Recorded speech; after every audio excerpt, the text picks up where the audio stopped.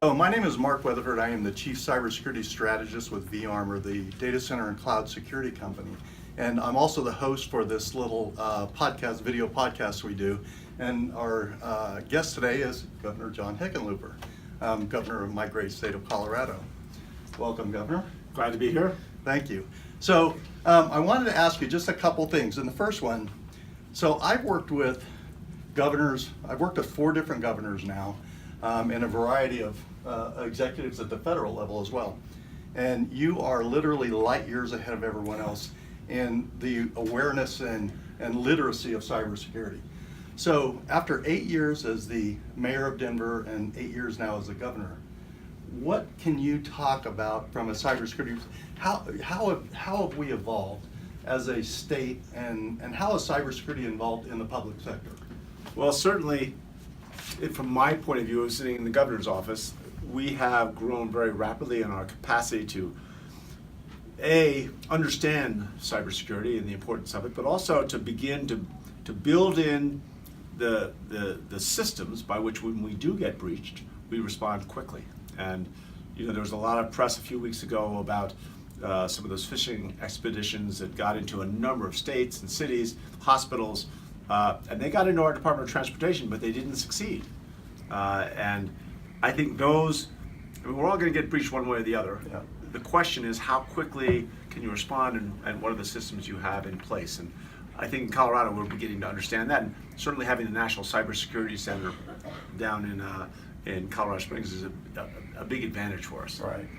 So I agree. And by the way, we just finished one of our board meetings, and I think I couldn't be more excited about the National Cybersecurity Center in the future. And obviously, you're going to go down in history as the father of the National Cybersecurity Center. So what do you see as some of the biggest challenges for states and local governments around cybersecurity going forward? The problem, if you're a decision maker at the state level or federal level, your biggest fear should be the fact that the public is still kind of, distracted. They're just not, they don't see it as something that's going to affect them. If something happens, it happens to 500 million people, and some lose their passports, and these things happen, and someone else will fix it. Yeah. And if we're really going to address this, we've got to change the culture so that we're all in this together, and everyone is vigilant. Everyone understands that this is not going to go away, and it's something that's going to require a concerted effort on a national, everybody in a national level. Yeah, amen. We're in it together. Right. So last question, change of subject. You've got 4 weeks left. What's next for John Hickenlooper? What another brew pub, national level? What's next? Well, we've thought about a lot of different things, and my wife and I have been, really looking at a 2020 run, to run for president of the United States and talk about some of these things we've worked on in Colorado. And I think uniquely in Colorado, we've been able to bring Republicans and Democrats together around, issues like cybersecurity, workforce training, apprenticeships, and skills-based learning throughout your life. These things that become almost cliches to other people.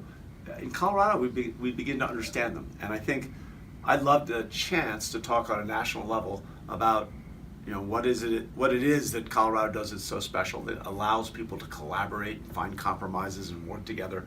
And who knows? It's a weird political time, and everyone would normally say, you're a governor from a flyover state. What chance do you have?